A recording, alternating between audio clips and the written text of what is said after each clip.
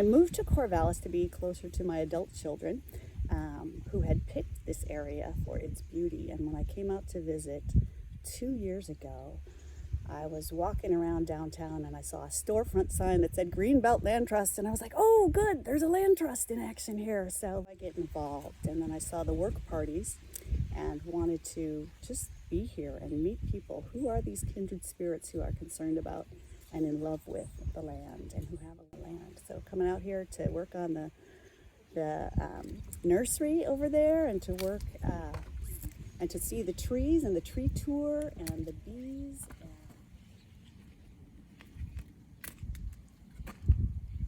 Yeah, everyone is experiencing some kind of grief. There's the big universal griefs of the climate change, of the pandemic, the fact that our civilization is changing and crumbling in a lot of ways. There's a bunch of changes. We're losing a lot.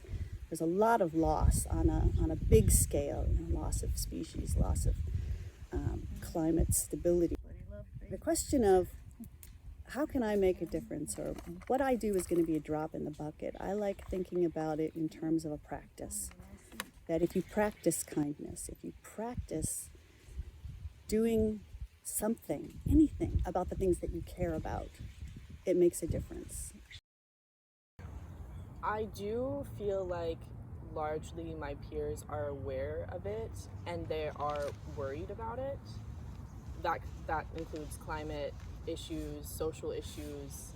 I do feel like people are aware of what's happening, they are worried about it, but they don't know what to do, and they feel like they can't do anything as an individual, which is a feeling that I understand.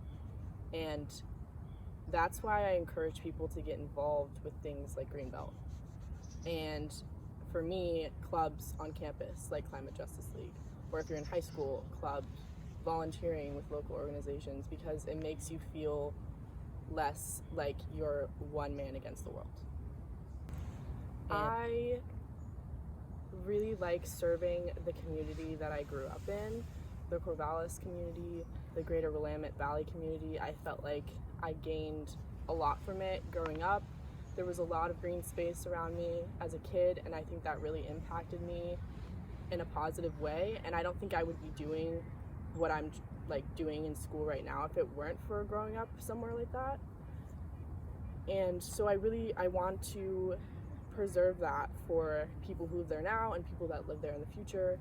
And I believe that everyone should have access to public lands, and I like that Greenbelt is working towards that, really trying to make it accessible for everyone and for a long time in the future.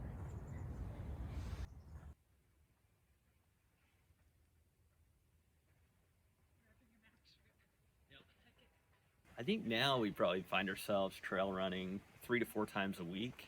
And here or in neighboring Mac Forest, those trails are, it's a 5-minute commute from our doorstep. So it's super easy access.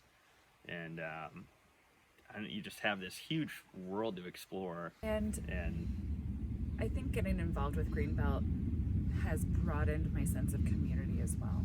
But it also, I think, whether it's a financial support or giving my time or just coming out and using and appreciating the gift of the land, it kind of feels like a small individual action that's part of this collective movement in a way. That's how I really experience Greenbelt. I'll say favorite trails. It is Greenbelt, and that's not why I'm saying this. I love the Mulkey Fit and Green Connector. It's runnable, and you get to this amazing view overlooking a space that feels, just feels so far away from a city. Mm-hmm. And is every time I'm up on Fit and Green, I'm just blown away by the view. Yeah. That's a place we keep going back to, and I think part of the mission for me that resonates is that protection in perpetuity, and I really value the natural spaces we have, and I want to invest in that for myself, but also for my kids, for future generations. I want this to be around because that's something that I find a lot of value in.